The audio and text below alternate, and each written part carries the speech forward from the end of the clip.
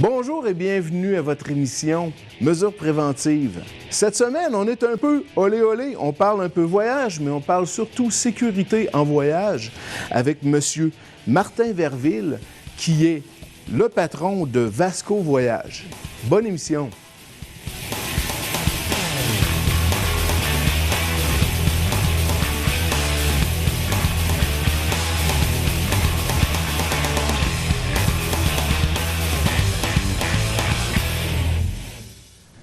Bonjour Martin. Bonjour. Bienvenue à Mesures préventives.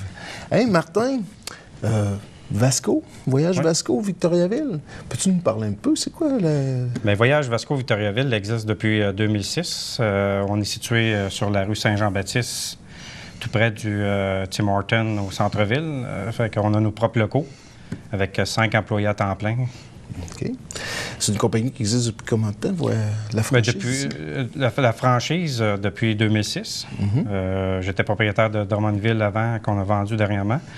Là, on a juste un magasin, présentement une agence qu'on opère, que ça va très, très bien. OK.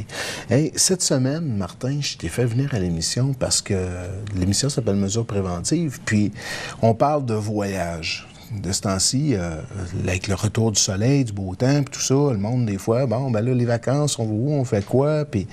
Mais là, ce que je veux savoir avec toi aujourd'hui, c'est les choses qu'on doit savoir avant de partir. Fait que j'aimerais ça que tu me parles, justement, de ce sujet-là. C'est quoi qu'on doit savoir avant de partir? Il y a plusieurs choses qui est important de savoir avant de partir, donc dont les documents de voyage, là, que ce soit passeport, visa, ainsi de suite, parce que plusieurs pays exigent des documents différents. C'est bien important de vérifier sur les sites du gouvernement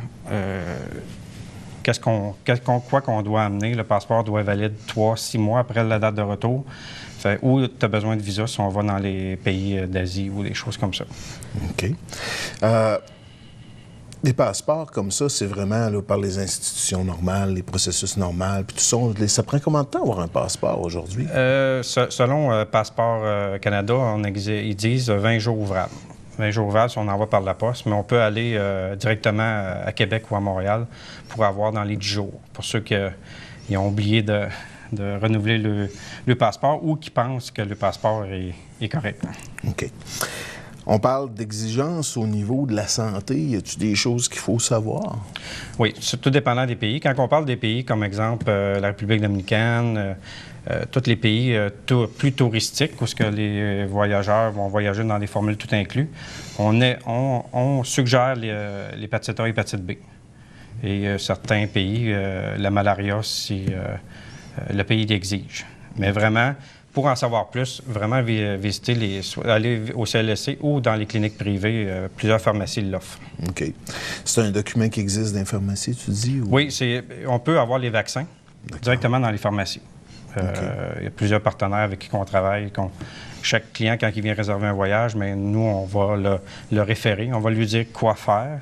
Mais c'est sûr qu'on n'est pas les médecins, sauf qu'on les réfère. Donc, les pharmaciens ou le CLSC connaît tous les vaccins qui sont... si quelqu'un va en Afrique, quelqu'un va en Amérique du Sud, vraiment, c'est plus spécifique dans ce cas-là. D'accord. On parle quelquefois assurance. Est-ce que c'est vraiment nécessaire ou recommandé de toujours s'assurer? Ou L'assurance voyage, c'est une des choses les plus importantes dans un voyage parce que à destination, les coûts côté médical sont très élevés. Donc, quand vous partez en voyage, la première chose à vérifier, c'est vos assurances. Plusieurs types d'assurances. Nous, on travaille beaucoup avec RBC Assurance, qui est, pour moi, une des meilleures compagnies d'assurance voyage à travers le monde. C'est eux qui ont le plus de médecins à travers le monde. Donc, une bonne assurance voyage est très importante, que ce soit pour les bagages, que ce soit l'annulation avant le départ, parce que plusieurs personnes, soit qui sont plus âgées ou ils ont des décès, cette assurance-là permet de récupérer l'argent qu'ils ont investi. OK, parce que si une personne oublie de prendre une assurance comme ça, genre, il arrive une maladie ou quelque chose, elle ne peut plus voir, là, elle peut plus aller à son voyage, il pourrait avoir des pertes de revenus, des pertes c'est pas remboursable, c'est ça. Il y a encore du monde qui néglige cette partie-là. C'est très important. Fait qu'avec nos conseillers, nos conseillers peuvent vraiment bien les conseiller là, vraiment sur qu'est-ce qu'ils doivent prendre comme assurance, que ce soit voyager au Canada ou voyager à travers le monde. Moi, je suis une personne qui voyage quand même assez. Puis j'ai remarqué depuis ce qui est arrivé le 9 du 11, là, Oui. Il y a eu des changements au niveau de ce qu'on peut transporter, point de vue médicaments, les trousses, puis ces affaires-là. Peux-tu nous expliquer un petit peu c'est quoi au juste? Oui, pour ceux qui amènent des médicaments, qui doivent l'apporter dans l'avion, c'est important de mettre ça dans un sac Ziploc maximum d'1 litre. Nous, on met nos récipients avec la prescription dessus. Il faut avoir les pots originales. OK. Des gens mettent, exemple, des Advil dans un sac Ziploc. Ça ne marche pas comme ça. Il faut vraiment les mettre dans les récipients originaux. Puis quand on arrive pour les détecteurs là, de personnes, quoi que ce soit, il faut les sortir vraiment de nos sacs et les mettre dans le petit bac de plastique qui passe vraiment dans le scanner. Puis on parle souvent, là, les petites bouteilles, là, à cette heure, ils ont des contenants, maximum d'une grosseur, puis ça, c'est à cause de quoi? C'est-tu parce que... Pourquoi des contenants? Bon, mais avec certains attentats qu'il y a eu, ils ont déterminé que des récipients de maximum 100 millilitres permettent, s'il y a des engins explosifs, parce que souvent, il y a des liquides qui peuvent exploser. Là. OK, c'est pour ça. C'est pour ça qu'ils ont exigé 100 millilitres et moins. Donc, ils sont assurés de, à petite quantité, d'éviter les problèmes. Parce qu'à chaque fois qu'ils mettent des normes, c'est parce qu'il est arrivé quelque chose. Okay. Avec les changements, les nouvelles familles, là, ce qu'on appelle le phénomène de nouvelles familles, y a-t-il des changements de réglementation pour les enfants qui voyagent? Oui, bien sûr. Maintenant, plusieurs destinations vont exiger une lettre parentale qui doit être remplie par la personne qui voyage avec l'enfant, le nom de l'enfant, les passeports, ainsi que la personne qui laisse l'enfant partir avec l'autre parent. Par la suite, nous offrons un service aussi pour étamper ces documents-là qui soient légaux. Okay. Il y a un service d'assermentation disponible chez Vasco? Exactement, l'agence. Vraiment, c'est spécial, c'est vraiment du clé en main qu'on offre aux clients. OK. Est-ce qu'il y a des formules officielles qu'il faut imprimer ou ça peut être quelque chose qui est juste écrit de main à main? Bien, on a les formulaires, nous, déjà à l'agence, imprimés. Fait qu'on en donne aux clients et ils les remplissent. Puis par la suite, j'étampe le document pour que ça soit légal. OK. Puis, on parle d'assurance tantôt. Quand il arrive des accidents, là, en cas d'urgence à l'étranger, c'est quoi les recours qu'on a? C'est quoi les ressources qu'on a? Bon, quand c'est question médicale, c'est sûr qu'on appelle tout de suite notre assurance voyage. On a tous les numéros sans frais sur nos documents. Donc, c'est la priorité à faire. Si on n'est pas capable de le faire, mais la personne qui est avec nous doit téléphoner pour ouvrir un dossier. C'est tout de suite vers l'hôpital. Quand que vraiment c'est des dossiers, exemple, plus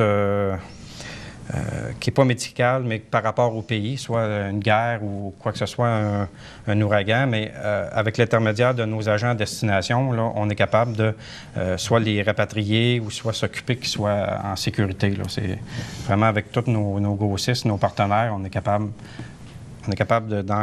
d'englober le client, d'encadrer le client pendant son voyage puis jusqu'à la fin aussi. OK, on parle, je fais un petit écart comme ça, là, de la discussion. De ce temps-ci, y a-t-il des endroits qui sont moins recommandés pour voyager?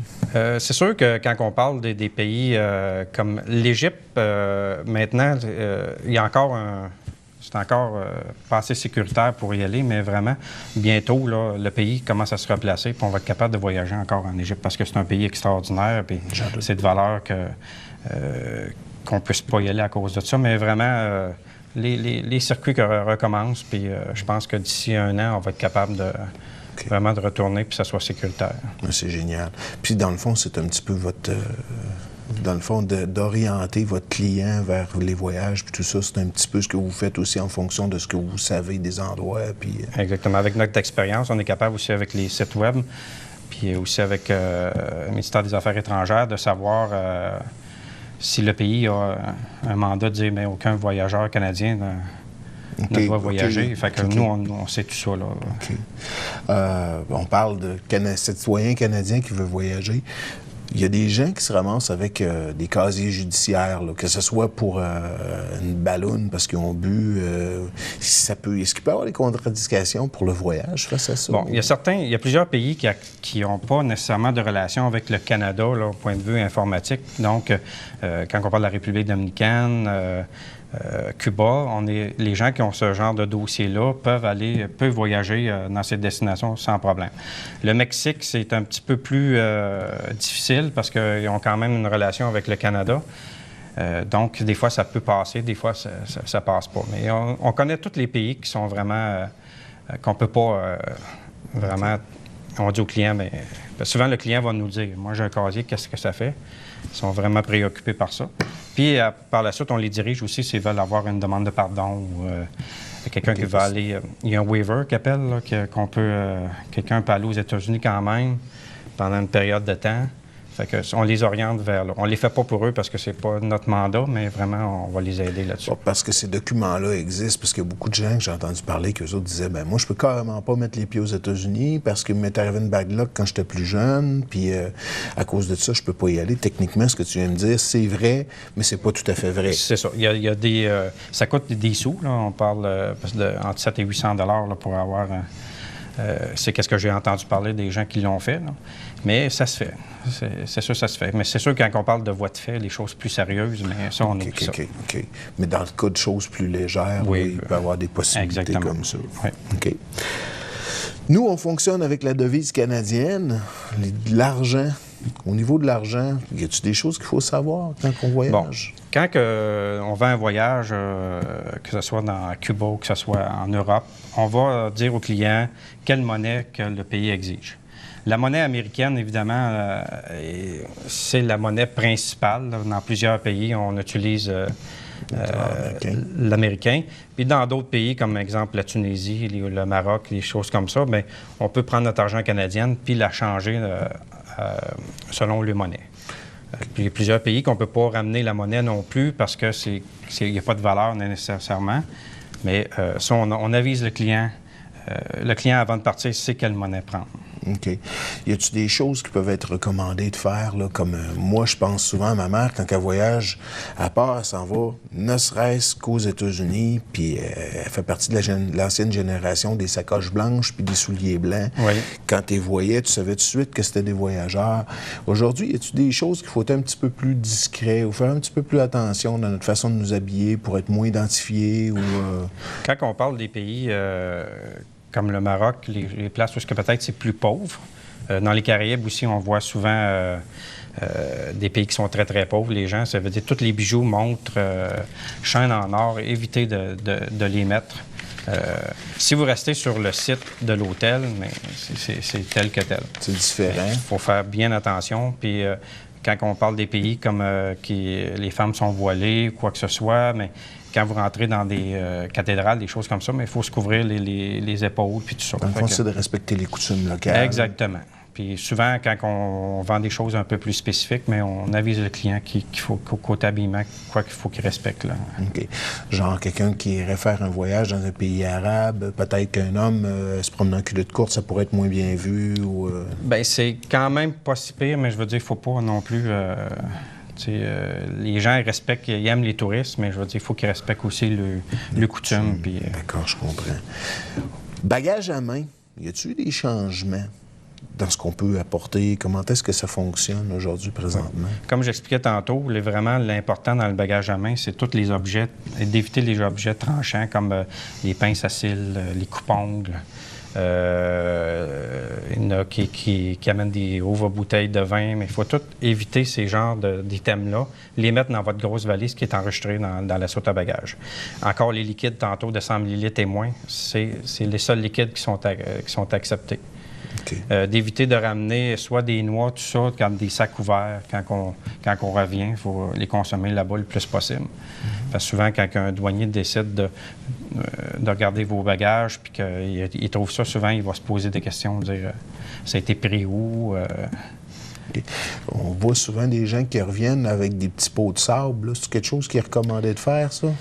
Si vous achetez soit à l'aéroport ou dans des places touristiques vraiment avec des bouteilles scellées, je pense qu'il n'y a pas de problème à les apporter.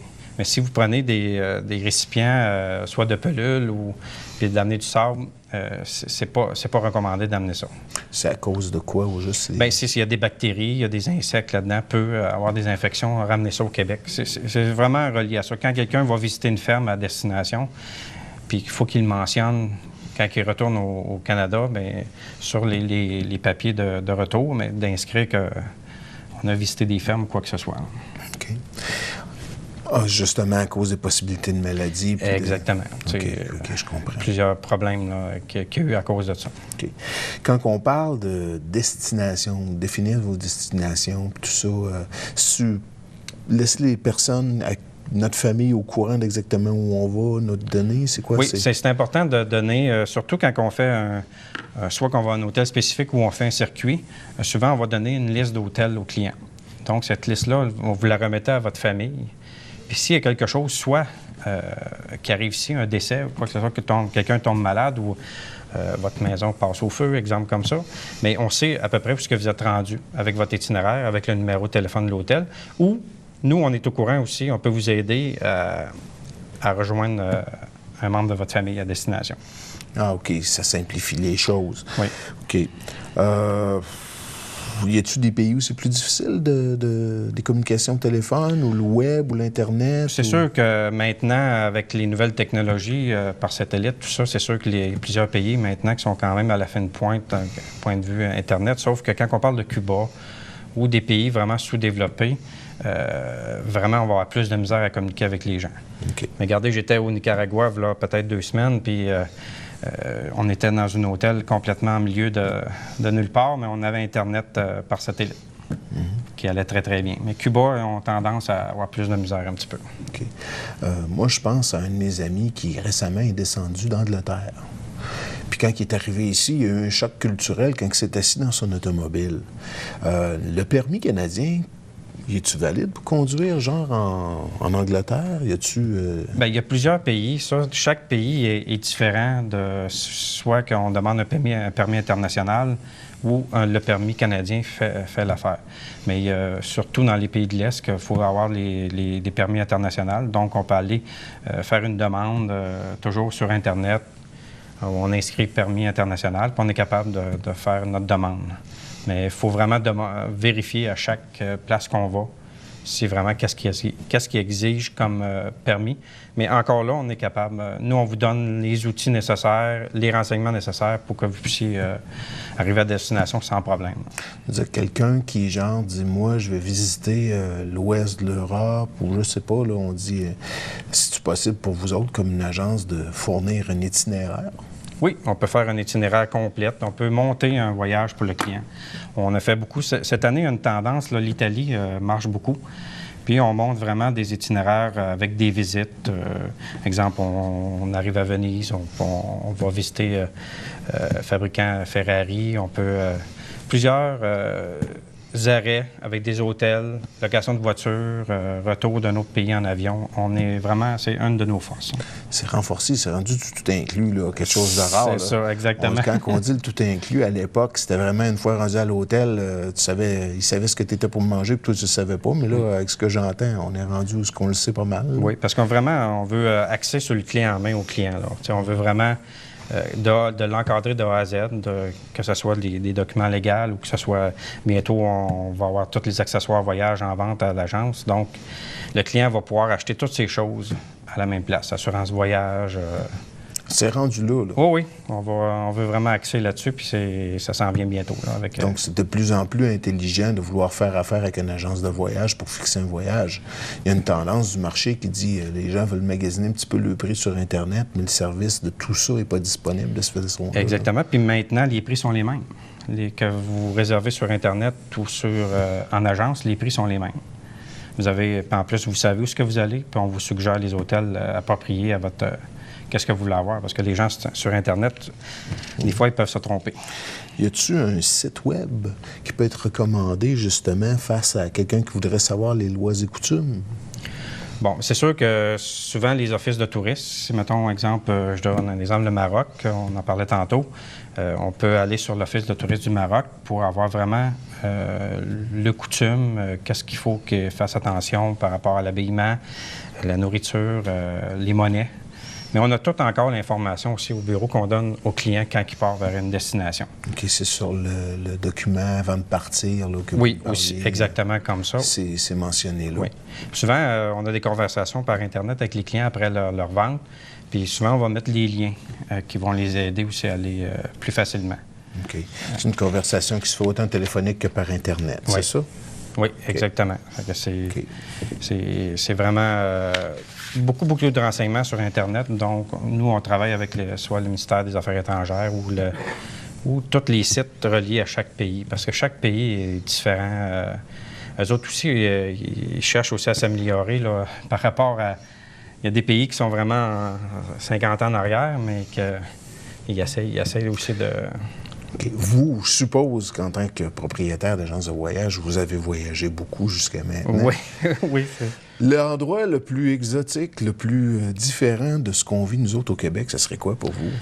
Bien, c'est sûr que j'ai pas eu la chance d'aller en Polynésie française, là, mais je parle des pays que j'ai visités. C'est sûr que j'ai fait beaucoup de croisières, dont une des dernières que j'ai fait, là, il y a peut-être 2 ans, en Europe. J'ai fait une sur un yacht privé là, qui a fait tout le sud de la France, l'Espagne, Portugal et l'Angleterre. Ça a été vraiment, on voyait des places où les gros navires ne pouvaient pas aller. Donc, Lisbonne, Portugal, que ce soit Cadix au sud de l'Espagne, c'est vraiment des places où on a pu manger avec des gens locaux, visiter des genres de marchés de poissons. C'est vraiment... Même on achetait le poisson au marché, puis on l'amenait sur le navire, puis il nous le faisait cuire. Ça, c'est vraiment... Pour moi, c'est exotique, c'est vraiment intéressant. Je revire la question à l'envers. Oui. L'endroit le plus sécuritaire pour voyager au monde, ça serait quoi, selon vous? Je pense que ce serait Cuba. Cuba, je pense qu'ils ont les touristes, parce que je pense que 90 de leur marché là-bas, c'est le tourisme. Donc, ils ont un respect énorme du tourisme. J'ai resté surpris au Nicaragua, que je suis allé il y a 2 semaines. C'est vraiment très sécuritaire. Les gens sont très aimables. Ils veulent t'aider, mais vraiment, eux autres, c'est le tourisme. Hein, leur principale économie de marché, c'est ça? Puis ils le respectent beaucoup. Puis je pense qu'ils ont plus le respect des touristes que de leur propre famille. Vraiment.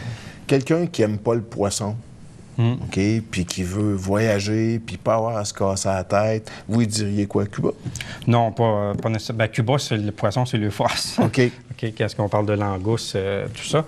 Mais la rivière, je pense que le Mexique, Riviera Maya, ça peut être un excellent, où on peut manger des bons steaks, qu'on peut manger du poulet. C'est vraiment plus raffiné que point de vue nourriture. OK. Parce que je pensais à travers de ça, je me disais allergie.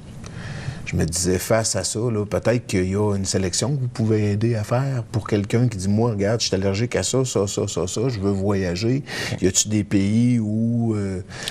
C'est sûr que quand on parle d'allergie, c'est sûr que dans les pays où que vous partez plus sac à dos, que je peux appeler, okay. là, que par vous-même, c'est sûr que c'est difficile vraiment de gérer les allergies.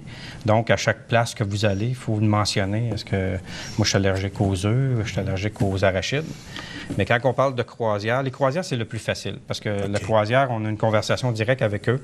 Donc, quand le client arrive, ils savent déjà selon que cette personne-là a des allergies, quoi que ce soit. Mais il faut quand même le mentionner encore. C'est bien important parce que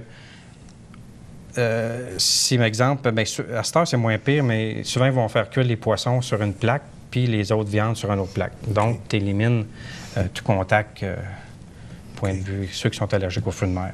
Super, ça. Moi, je fais le tour, j'essaie de penser à tout, parce que je prévois des voyages. Oui.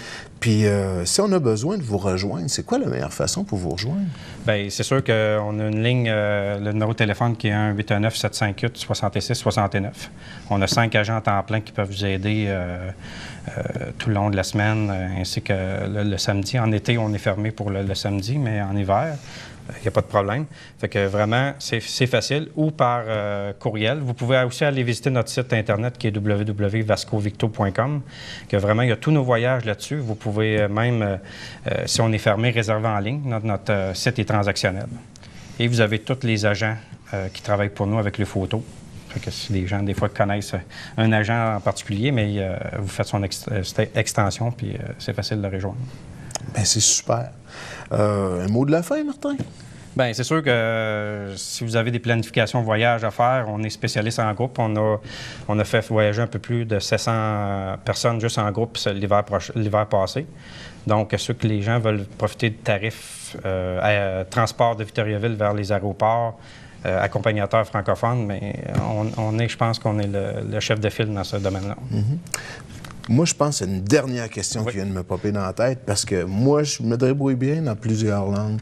Des endroits où on voyage, où on parle souvent, ça peut être une barrière, le fait de parler seulement une langue. Est-ce qu'il y a des endroits où c'est plus facile pour un Canadien français qui voyage d'être bien compris? Oui, mais c'est sûr qu'on parle de la France, qui est assez facile. Le Maroc, Tunisie, c'est français aussi. Fait que c'est facile pour ces gens-là de voyager. Quand on parle de voyage en formule tout inclus, c'est un petit peu plus difficile. République dominicaine, on a tendance à avoir plus de personnes d'Haïti qui travaillent dans les resorts en République dominicaine, donc c'est facile de parler avec eux. Mais le reste, c'est vraiment l'espagnol et l'anglais qui rentrent en ligne de compte. L'espagnol, c'est quand même une langue latine, c'est que ça se rapproche un petit peu du français. C'est toujours possible à un moment donné de se débrouiller. Puis en voyageant sur nos groupes, évidemment, tous nos agents qui accompagnent sont bilingues, donc c'est facile. C'est qu'il y a un appui, il y a un appui solide. Bien, moi, regarde, pour moi, ça conclut. OK? Je te remercie beaucoup de ta présence aujourd'hui à l'émission. Ça me fait plaisir. Puis, j'invite les gens à faire affaire avec toi et t'accompagner si jamais ils ont besoin. Ça va me faire plaisir. Je te remercie beaucoup, Martin.